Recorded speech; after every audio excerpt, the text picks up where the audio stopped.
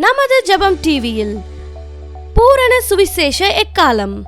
தேவனுடைய ஐசுவத்தின்படி நீங்கள் ஆசீர்வதிக்கப்படணும்னா உங்கள் சிந்தையில் எப்போதும் இருக்க வேண்டிய ஒன்று, என் வாழ்க்கையில வருகிற ஐஸ்வர்யமும் கனமும் கர்த்தரால் வருகிறது என்ற ஒரு சிந்தை இருக்கணும். Blessing Worship Center presents Trumpet of the Full Gospel every Monday at 7:30 p.m. Don't miss it on Jebam TV.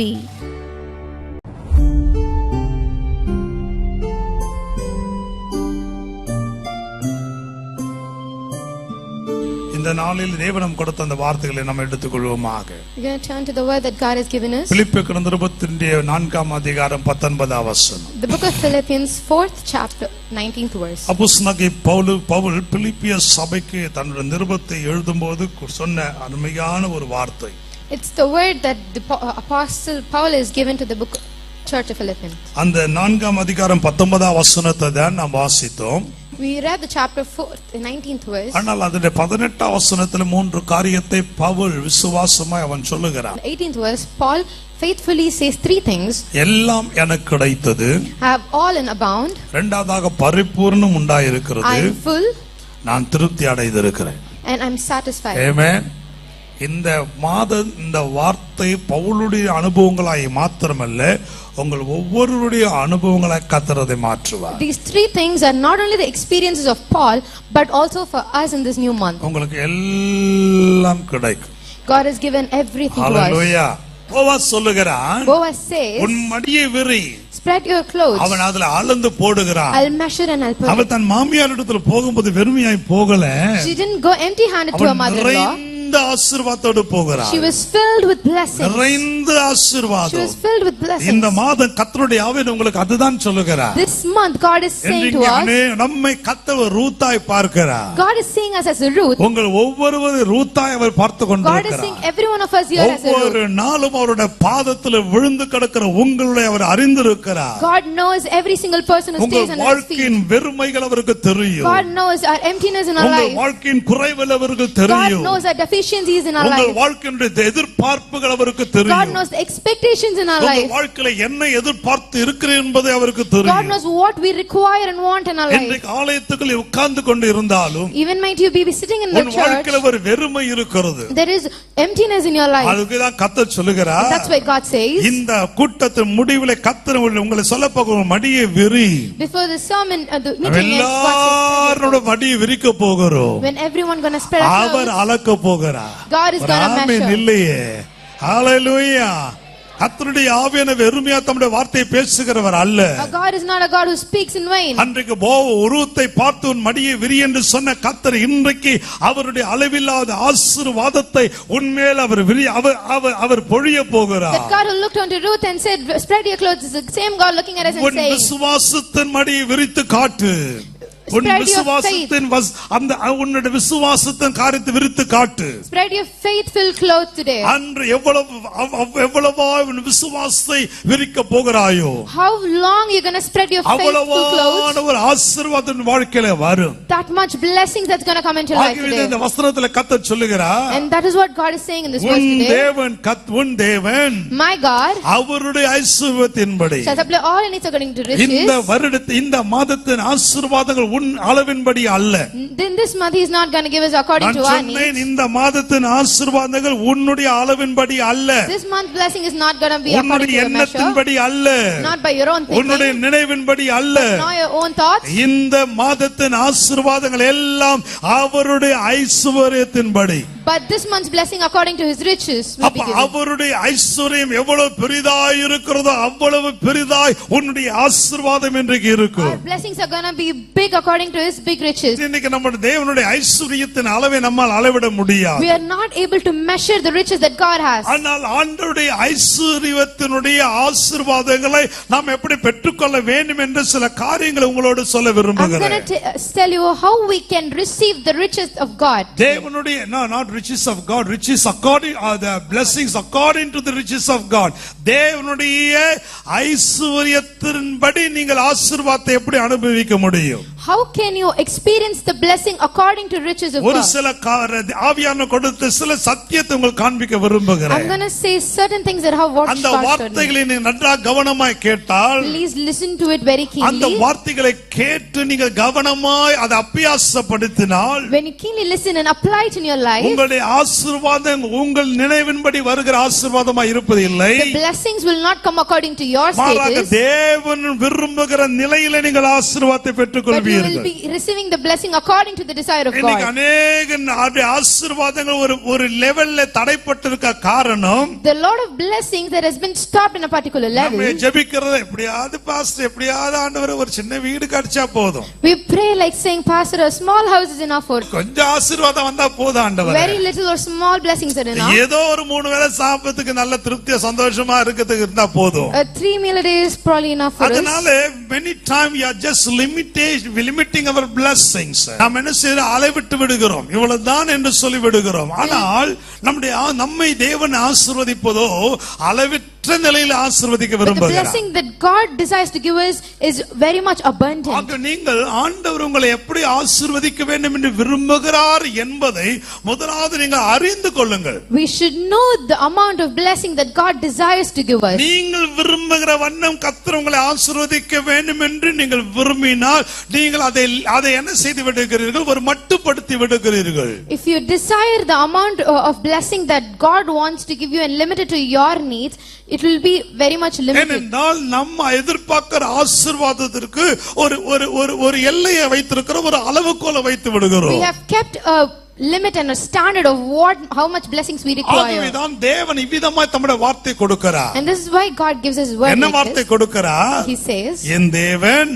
my God, தம்முடைய ஐஸ்வரியத்தின்படி, according to his riches, ஹல்லேலூயா, உங்களை எப்படி எந்த நிலையில ஆசீர்வதிக்க விரும்புகிறாரா, how much he wants to bless us, எவ்விதமாய் ஆசீர்வதிக்க விரும்புகிறாரா, what level God wants சத்தமா to bless சொல்லுங்க. us.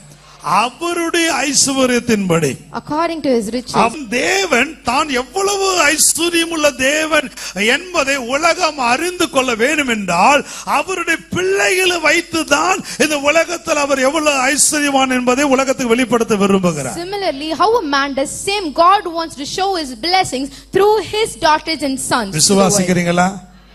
ஆமென். அப்போ இன்னைக்கு உங்களை பார்த்து நீங்களே கேள்வி கேளுங்க. You should look to yourself and ask a உங்களை question. பார்க்கிற ஜனங்கள், உங்களோட சூழ்நிலை பார்க்கிற ஜனங்கள், நீங்க வருகிற காரியத்தெல்லாம் பார்க்கிற ஜனங்கள் உன் தேவன் ஐஸ்வர்யம் உள்ள தேவன் என்று அறிந்து கொள்ளும் சாட்சி சொல்லுவார்களா? Do question yourself, saying, would the people testimony against me, saying that God is blessing me according to his riches? இந்த செய்தியை நீங்க ப்ராஸ்பரிட்டி மெசேஜ் எடுக்க கூடாது, பட் உண்மையின் செய்தியை எடுத்துக்கொள்ள வேண்டும். Please do not take this end as a prosperity sermon, but as a sermon filled இந்த with truth. வசனத்தை நான் எத்தனையோ முறை பிரசங்கித்து இருக்கிறேன். I have preached this sermon so many நேற்று times. ராத்திரி இதை மீண்டும் நான் தியானித்துக் கொண்டு When இருந்தேன். I was meditating this sermon last அப்போ night, கர்த்தர் இந்த உலகத்துல நம்ம யாரை எஸ்டாப்லிஷ் பண்ணிக்கிறார்? who God has established as in this நீங்க world. ஒரு வசனத்தில் அப்போஸ்தலனாகிய பவுல் சொல்லும்போது அவருடைய வல்லமை வெளிப்படுகிற ஒரு பாத்திரமா அவனை கர்த்தர் In the book ஏற்படுத்துகிறார். of Apostles, we see that we are established as a vessel that shows the power of God. ஒவ்வொருவரையும் ஒரு நோக்கத்தோடு ஏற்படுத்துகிறதை நாம் பார்க்க முடியும். We are every one of them is created for a purpose. மோசே கிட்ட கர்த்தர் சொல்லுகிறார், To Moses, God says, நான் பார்வோனுடைய இருதயத்தை கடினப்படுத்துவேன், I will harden the heart of நீ the உன்னை Pharaoh. அவனுக்கு முன்பாக நிறுத்துவேன். I will make you stand before என்ன him. காரணம்? What's the reason? உன் மூலமாக தான் என்னுடைய வல்லமை அவன் அறிந்து கொள்ள வேண்டும். என்னுடைய வல்லமை எப்படிப்பட்டது என்பதை பார்வையில் விளங்கிக் கொள்ள வேண்டும். Through you, he will realize the power of God. ஆமென், ஆமென், ஆமென். சத்தமா சொல்லுங்களேன். ஹல்லேலூயா.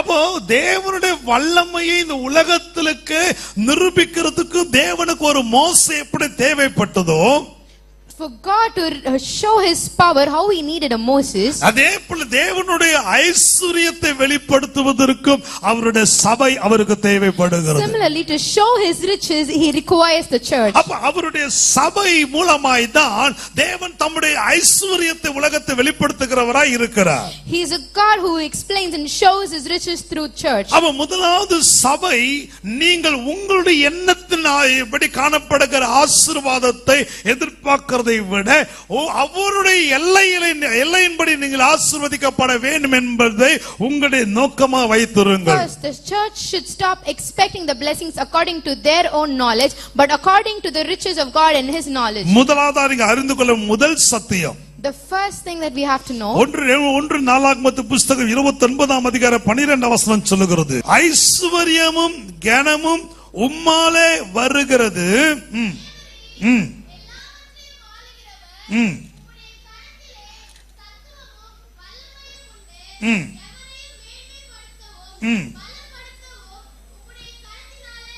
முதலாவது தேவனுடைய ஐஸ்வர்யத்தின்படி நீங்கள் ஆசீர்வதிக்கப்படுவதற்கு நீங்கள் அறிந்திருக்க வேண்டிய முதலாவது சத்தியம் இதுதான்.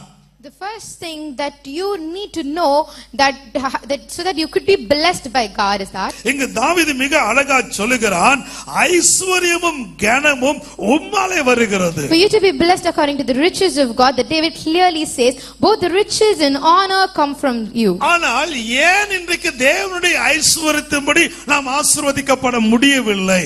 But why aren't we not blessed according to the riches of God? அதுக்கு காரணம் என்ன என்று சொல்லி நீங்கள் உபாகம புஸ்தகம் 8ஆம் அதிகாரம் 17ஆம் 18ஆம் வசனத்தை நீங்க வாசிக்கலாம். பாருங்க, இன்னைக்கு தேவனுடைய ஐஸ்வர்யத்தின்படி நீங்கள் ஆசீர்வதிக்கப்படாமல் இருப்பதனுடைய காரணத்தை இங்க மிக அழகாக மோசே சொல்லுகிறார். In the book of Deuteronomy 8:17 to 8 it says, what are the reasons that we are not blessed according to the riches of God? 1 புஸ்தகம் 8ஆம் அதிகாரத்திலே மிக அழகாய் தாவீது சொல்லுகிறான், ஐஸ்வர்யமும் கனமும் உம்மாலே வருகிறது என்கிற சத்தியத்தை நீங்கள் அறிந்திருக்க வேண்டும் என்று சொல்லுகிறான். And beautifully it says in the 1 Chronicles where David says the riches and honor comes from God. இங்க உபாகமம் 8ஆம் அதிகாரம் 17ஆம் வசனத்திலே மோசே சொல்லுகிறார், என்ன சொல்லுகிறார் என்றால், என் சாமர்த்தியமும் என் கைபலனும் தான் இந்த ஐஸ்வர்யத்தை எனக்கு தந்தது என்று நீ சொல்லுவாயானால் ஆண்டவருடைய ஐஸ்வர்யத்தின் ஆசீர்வாதங்கள் உன் வாழ்க்கையில தடைப்படும். But if you could see parallel in the Deuteronomy 8 chapter where Moses says, my power and the mighty of my hand have gained me this wealth, and if you shall remember the Lord your God, and everything would be taken away from you. ஆர்மியா சொல்றேன், தேவனுடைய ஐஸ்வர்யத்தின்படி நீங்கள் ஆசீர்வதிக்கப்படாமல் இருப்பதனுடைய காரணத்தை இங்க மோசே சொல்லுகிறார். And there is a reason where Moses states why we aren't being blessed by God. இதை குறித்து இன்னும் கூட கொஞ்சம் விளக்கமா நீங்க பார்க்க வேண்டும் என்றால் ஓசியா புஸ்தகம் 2ஆம் அதிகாரத்தினுடைய 8ஆம் வசனத்தை வாசிப்போமாக. 8th verse says, தனக்கு நான் தானியத்தையும் திராட்சரசத்தையும் எண்ணெயையும் கொடுத்தவர் என்றும் நான் வெள்ளியையும் பொன்னையும் பெருக பண்ணினவர் என்று அறியாமல் போனால் அவைகளை அவர் பாகாலுடையதாக்கினார்கள். அடுத்த வசனம், ஆதலால்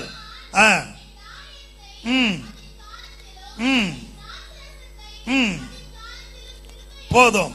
6ஆம் வசனம், ஆகையால்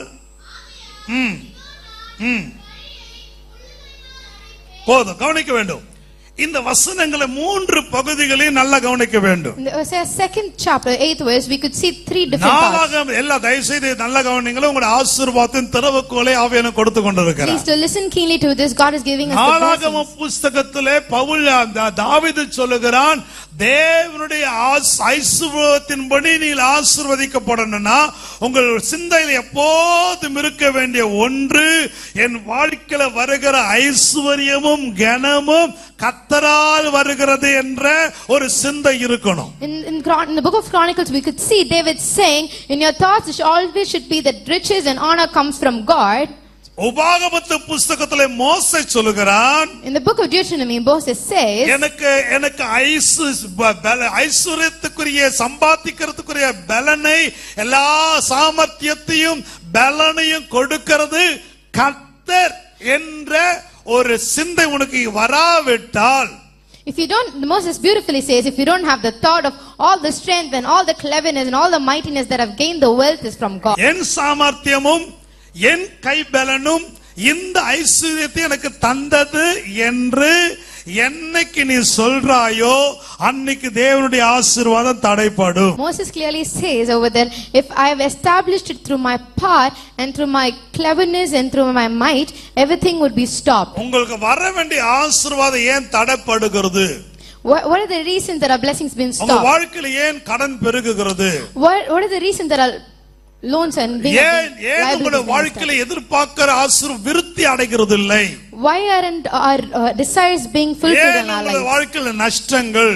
Why have there been losses in our life? காரணம் இந்த இரண்டாவது அனுபவம் உங்கள் வாழ்க்கையில இருக்கிறது. Because this the second thing that we discussed has been in our life. இந்த எவ்வளோ ட்ரை பண்ணி மேல வந்துறேன் pastor. We say, Pastor, we try and come to the upper level. ஆசீர்வாதத்துக்கு எல்லாமே நீங்கள் உங்களுடைய பலன், உங்களுடைய முயற்சி, உங்களுடைய சாமர்த்தியம், உங்களுடைய காரியம்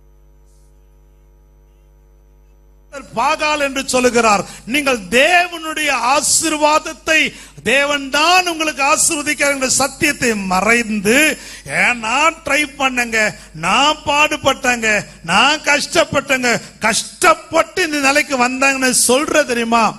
அன்னைக்கு கர்த்தர் சொல்றாரு, ஓசியாவின் புஸ்தகம் உன் வாழ்க்கையில நிறைவேறும்.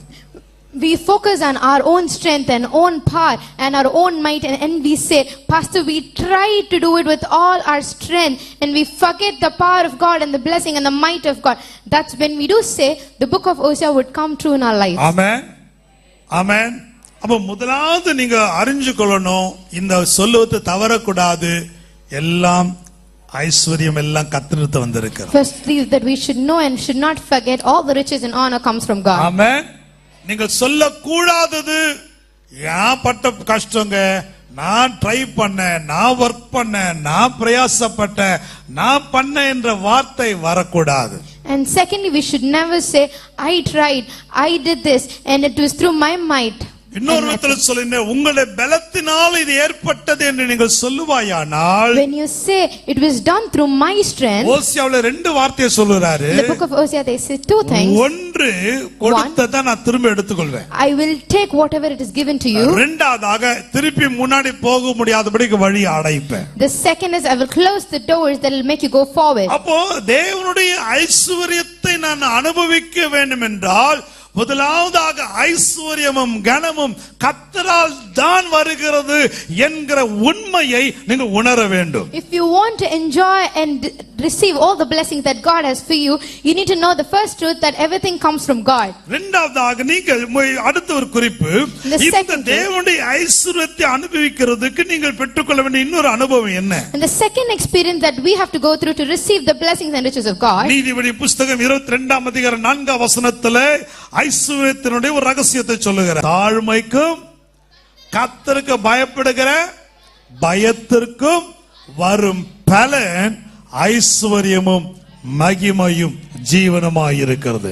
Humility and the fear of the Lord are riches and honor in life. ஒரு மனிதனுடைய வாழ்க்கையில நீங்கள் தேவனுடைய ஐஸ்வரியத்தை நீங்கள் அனுபவிக்க வேண்டும் என்றால் இந்த ரெண்டு காரியம் உங்களுக்கு மிக மிக முக்கியம். If you want to experience the riches and honor that God has given in our lives, உங்கள் கைகளின் பிரயாசங்களிலே தேவனுடைய ஆசீர்வாதத்தை நீங்கள் பார்க்க வேண்டும் என்றால், if you want to see the blessings and the works of your hand, உங்களுடைய பிசினஸ்ல நீங்கள் தேவனுடைய ஐஸ்வரியத்தை பார்க்க வேண்டும் என்றால், if you want to see prosperity and riches in your business, அல்லது இந்த உலகத்திலே நீங்கள் கனத்தோடும் ஐஸ்வரியத்தோடும் வாழ வேண்டும் என்றால், if you want to live with the riches and honors and dignity in this world, முதல் சொன்ன ரெண்டு அனுபவங்களோடு மூன்றாவது ஒரு காரியம் இணைக்கப்பட வேண்டும். from the first two things that we discussed, the third point should also inculcate அது in it. என்ன?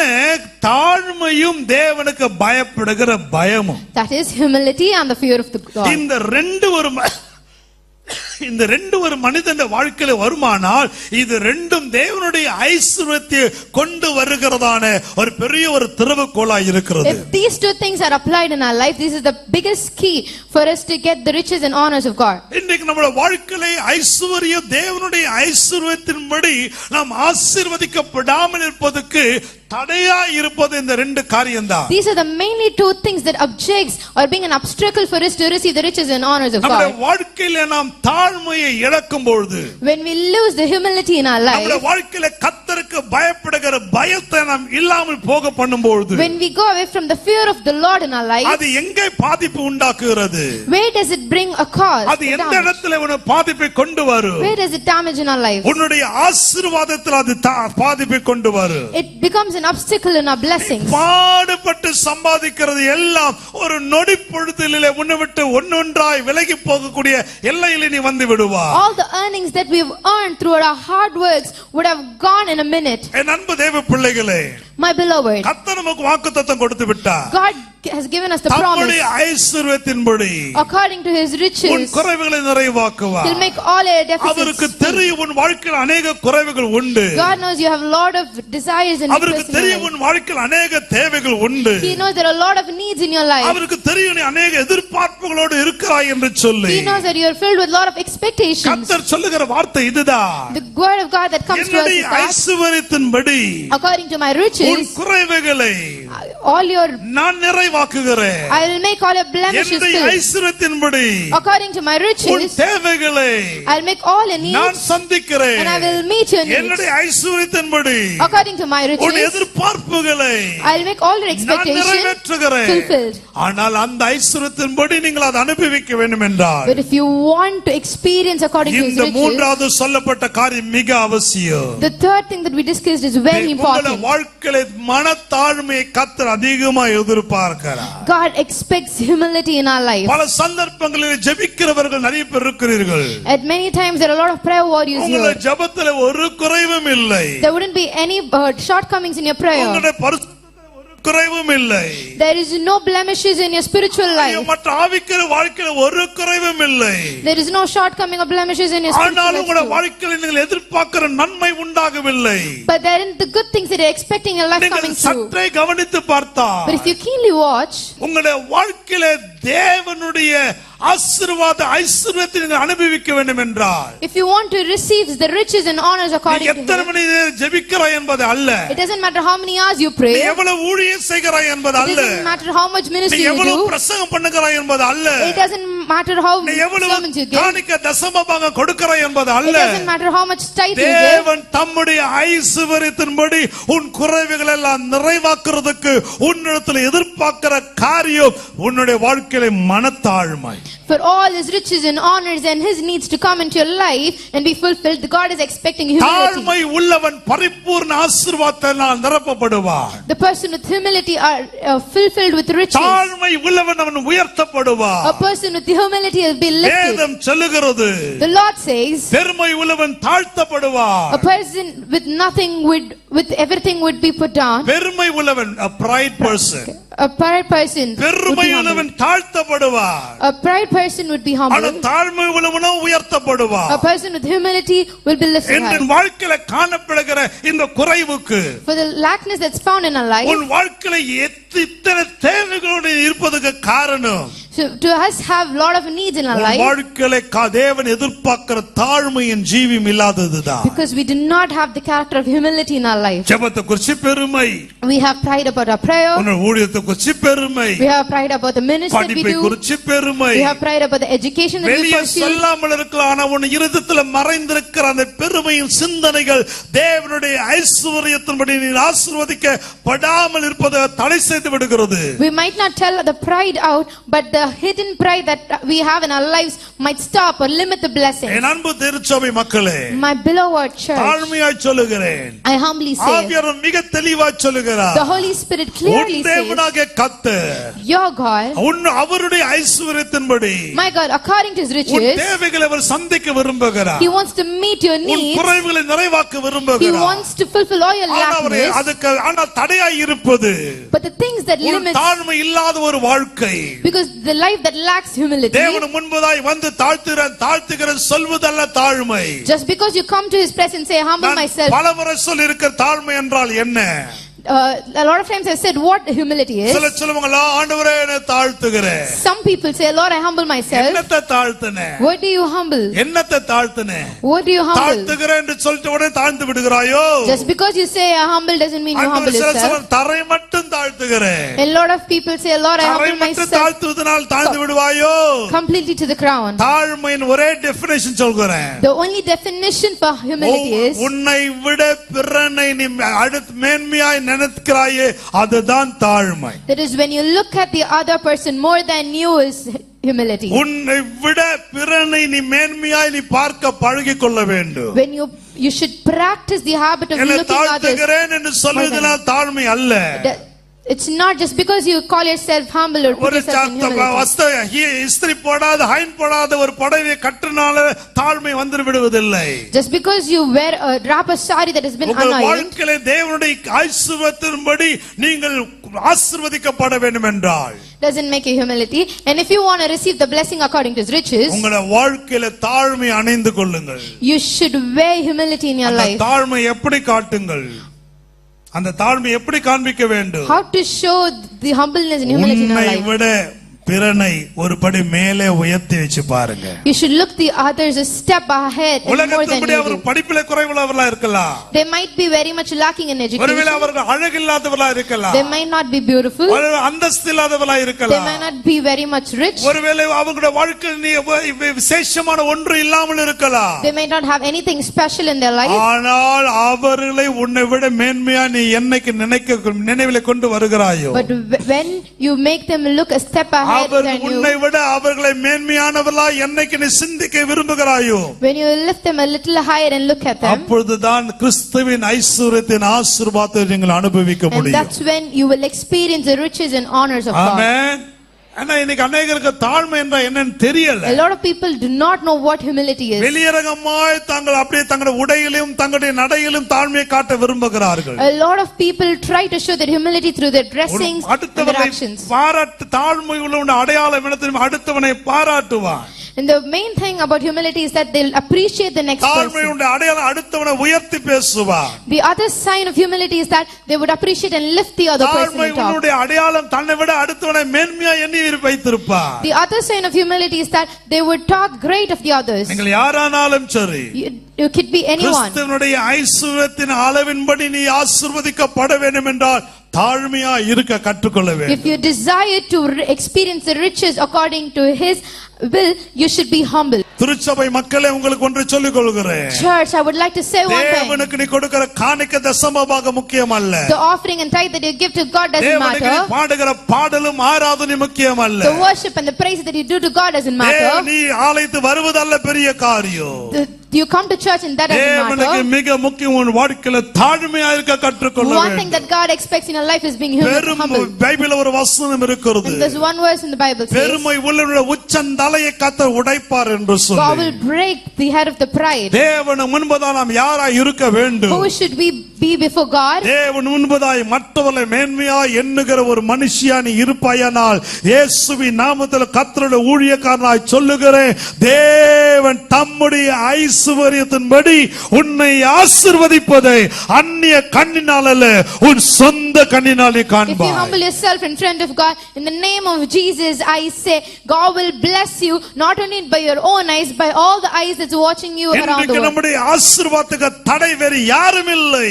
For you, for the limitation of blessing, நமக்குள்ளே காணப்படுகிற அந்த சிந்தையும் அந்த பெருமையின் எண்ணங்களும் தாழ்மை இல்லாத ஒரு வாழ்க்கைதான். The obstacle for us to receive is just because our prideful thoughts. இரண்டாவது ஐஸ்வரியத்தின் அனுபவம் என்ன? And what is the second experience? அவருடைய ஐஸ்வரியத்தின்படி அவர் உங்கள் குறைவுகள் எல்லாம் நிறைவாக்குனா. For him to fill all our needs by his riches and honor. 10 நாட்கள் உபவாசம் இருக்கணும். We need to fast for 10 days. Amen. Amen. Is it? 10 நாள் உபவாசம் இருந்தா அவருடைய ஐஸ்வரியத்தினுடைய குறையெல்லாம் நிறைவாயிடுமா? If you fast for 10 days, all your needs will be filled by his riches and honor. 10 நாள் அல்ல. not 10 days. 365 நாள் உபவாசம் இருந்தாலும் அவருடைய ஐஸ்வரியத்தின் குறைவு நிறைவாக முடியாது. Even if you fast for 365 days, none of your needs will be filled. அடுத்த அனுபவத்துக்குள்ள வரணும். You need to come to the next என்ன அனுபவம் அது? experience. What is it? கர்த்தருக்கு பயப்படுகிற The பயம். fear of the Lord. கர்த்தருக்கு பயப்படுகிற பயம். The fear of the Lord. கர்த்தருக்கு பயப்படுகிற பயம். The fear of the Lord. தேவனுக்கு பயப்படுகிற பயம் உனக்கு இல்லாத பட்சத்திலே அவருடைய ஐஸ்வரியத்தின் அனுபவங்களை நீ அனுபவிப்பது இல்லை. If you do not have the fear of the Lord, you will not experience the riches and honor of அன்பு Him. தேவ பிள்ளையே, My beloved, உன் வாழ்க்கையில கிறிஸ்துவின் ஐஸ்வரியத்தினுடைய அளவு உன் வாழ்க்கையில வராமல் இருக்க காரணம் என்ன? the reasons why His riches and honors are being limited in your life, தேவனுக்கு பயப்படுகிற பயம் இன்றைக்கு திருச்சபைகளில் இல்லை. because the church has lost the fear of the Lord. இன்றைக்கு ஏன் உலகம் சபையை பார்த்து பயப்படுகிறது இல்லை? உலகம் ஏன் சபையை பார்த்து Why பயப்படுகிறது the இல்லை? world is not feared about the church? ஆதி அப்போஸ்தல காலத்துல சபையை கண்டா உலகம் பயந்தது. Back those days in the apostle period, the world was இதோ feared and உலகத்தை seen the church. கலக்குகிறவர்கள் இங்கே வந்து விட்டார்கள் என்று சொல்லி பயந்தார்கள்.